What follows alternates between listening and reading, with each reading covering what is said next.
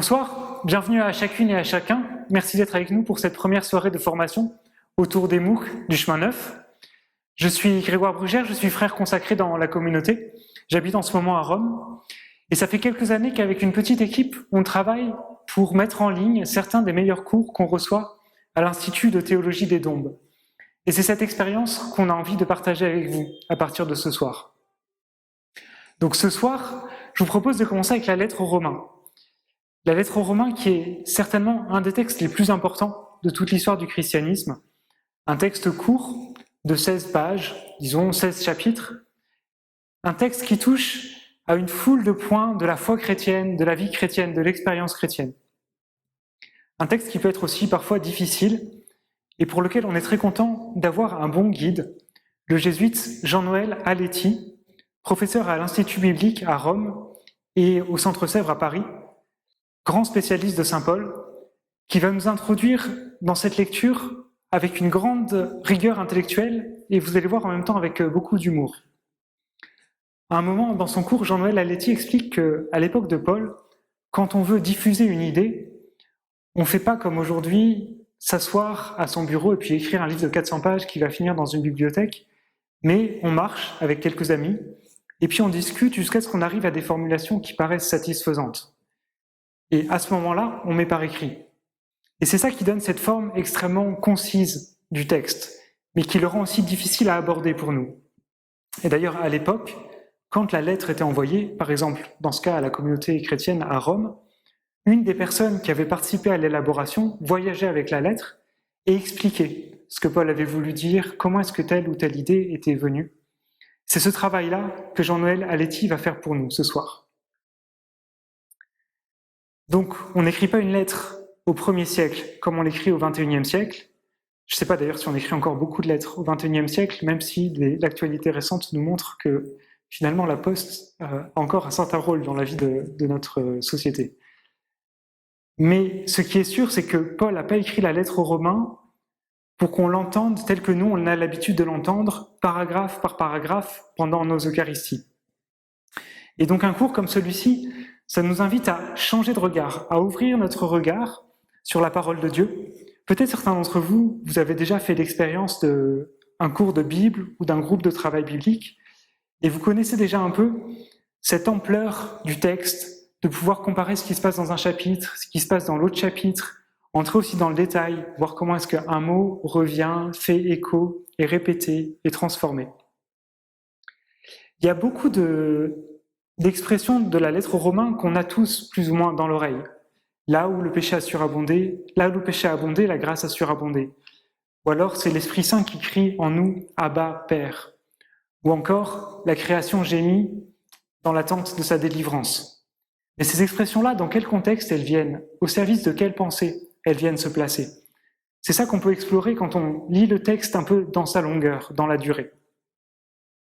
Par exemple, je me souviens quand j'ai suivi ce cours pour la première fois, quand j'ai compris que le chapitre 7, où Paul dit « Je ne fais pas le bien que je voudrais faire, je fais le mal que je ne voudrais pas faire », que ce chapitre 7 vient entre le chapitre 6, qui est consacré à Jésus ressuscité, et le chapitre 8, qui est consacré à la vie dans l'esprit, ça a transformé quelque chose, pas seulement dans ma manière de lire, mais dans ma vie spirituelle, dans ma relation avec Dieu.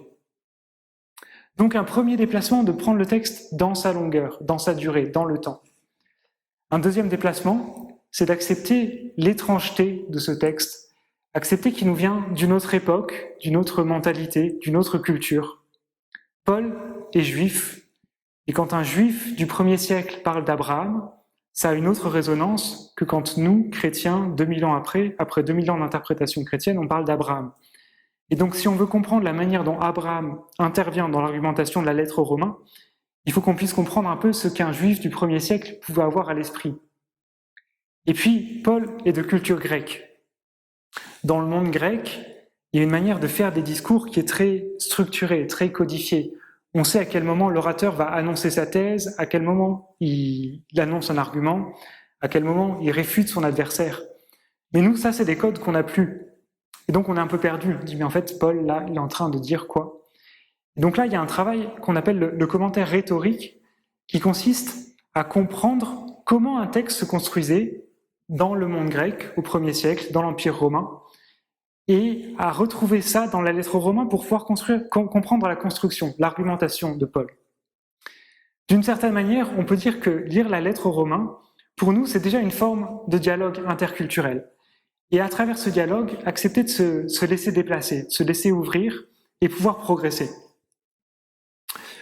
Au niveau du plan, de manière très schématique, les 8 premiers chapitres sont consacrés à la question de la justification, la loi, l'adoption, la filiation. Ensuite, les chapitres 9 à 11 parlent de la question d'Israël. Ceux dans le peuple juif qui n'ont pas accueilli Jésus comme le Messie. Est-ce que Dieu reste fidèle à ses promesses à Israël? Et finalement, les chapitres 12 à 16 parlent de la vie de la communauté. Dans le début du texte, la question de la loi est vraiment fondamentale. Quand on parle de la loi, sans doute le premier sens de la loi, c'est une partie de notre personnalité. On pourrait dire une instance psychique. Quelque chose en nous qui dit c'est bien, c'est mal, fais ceci, évite cela. Premier sens de la loi. Deuxième sens de la loi, des règles que les humains se donnent pour vivre ensemble en société. La loi qui est aujourd'hui votée par le Parlement, la loi qui, à l'époque de Paul, est décrétée par l'empereur romain, par le Sénat. Une institution. Et puis un troisième sens de la loi, un peu différent, c'est la Torah de Moïse. Les 5 premiers livres de la Bible. La Torah, dans l'hébreu, ça signifie ce qui va me projeter en avant, ce qui me fait avancer. La question de la loi, elle est étroitement liée dans le judaïsme, par exemple, à la question de la circoncision, c'est-à-dire ce qui différencie le peuple juif, ce qui marque son alliance avec Dieu et qui le différencie des autres peuples, des nations païennes. Et donc, derrière la question de la loi, il y a la question qui est difficile pour chacun d'entre nous de l'élection, de choisir. Dieu choisit un peuple. Pourquoi? Est-ce que moi je suis choisi ou rejeté? Est-ce que parmi nous, certains sont choisis ou rejetés? Est-ce qu'il y a une forme de prédestination? Toutes ces questions-là, elles sont incluses dans le thème de la loi, l'élection. Et puis, une autre question qui devient très vite existentielle, c'est la question de la justice. Est-ce que je suis juste? Est-ce que je suis quelqu'un de bien? Quel regard Dieu porte sur moi? Est-ce qu'à la fin de ma vie, Dieu va me condamner? Toutes les religions, toutes les grandes traditions posent ces questions. Peut-être vous avez en tête ces images égyptiennes avec la pesée des âmes, les bonnes actions, les mauvaises actions du défunt à sa mort. Il y a aussi, dans les traditions orientales, cette question de la réincarnation. Qu'est-ce que je vais devenir en fonction de la manière dont j'ai vécu ma vie actuelle? Et puis dans la tradition chrétienne, c'est un thème qui est très présent aussi, par exemple avec le grand chapitre 25 de l'évangile de Matthieu, cette grande fresque du jugement dernier, où les uns sont mis à droite, les autres sont mis à gauche. Donc la question de la loi, de la justification, c'est une question qui nous rejoint très personnellement et qui touche en même temps toute l'humanité. C'est une question qui est déterminante dans l'histoire de l'Église. Quand Martin Luther, au début du XVIe siècle, vit la grande expérience spirituelle, ce qu'on appelle l'expérience de la tour, qui va changer sa vie et qui va changer une bonne partie de l'histoire de l'Europe, c'est en lisant la lettre aux Romains.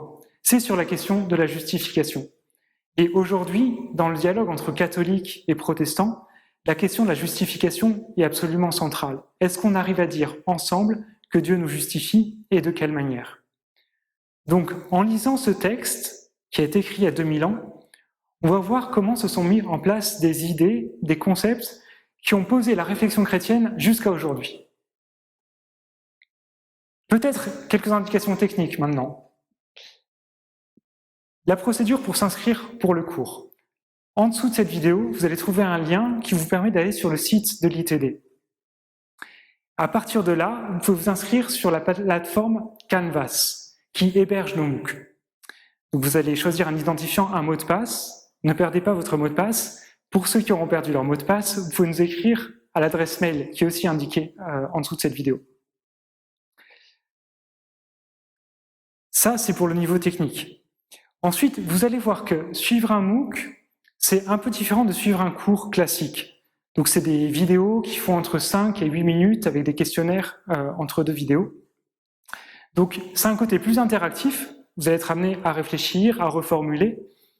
Et puis en même temps, c'est pas tout à fait la même chose que de savoir que j'ai un cours sur Saint-Paul à la fac à 10h mercredi matin, mais il faut que je choisisse à quel moment je travaille. Et là, ça peut vraiment nous aider de dire, mais moi, par semaine, j'ai envie de faire 1 module, 3 modules, 6 modules, 12 modules, et puis quels sont les moments dans la semaine où je vais travailler. On vit tous ce confinement de manière différente. Donc voilà, décider un petit peu en avance. Et puis la dernière chose qu'on a envie de proposer pour ces soirées de formation, c'est de mettre en place des groupes de travail. C'est un peu expérimental, on va chercher ensemble comment ça peut fonctionner, mais sur la page du MOOC, sur Canvas, vous trouverez une page de discussion. Et ce qu'on vous propose, c'est que quand vous voulez créer un groupe de travail, vous créez un sujet de discussion en disant « j'aimerais faire un groupe de travail à 3 modules par semaine, par exemple ». Et puis d'autres personnes qui sont intéressées vous répondent, et comme ça vous organisez. Sans doute la bonne taille pour un groupe, c'est entre 4 et 7 personnes. Voilà, on peut essayer de mettre ça en place, et puis on va relire ensemble au fur et à mesure comment ça fonctionne. Je vous souhaite une très bonne soirée, de belles découvertes, et à très bientôt.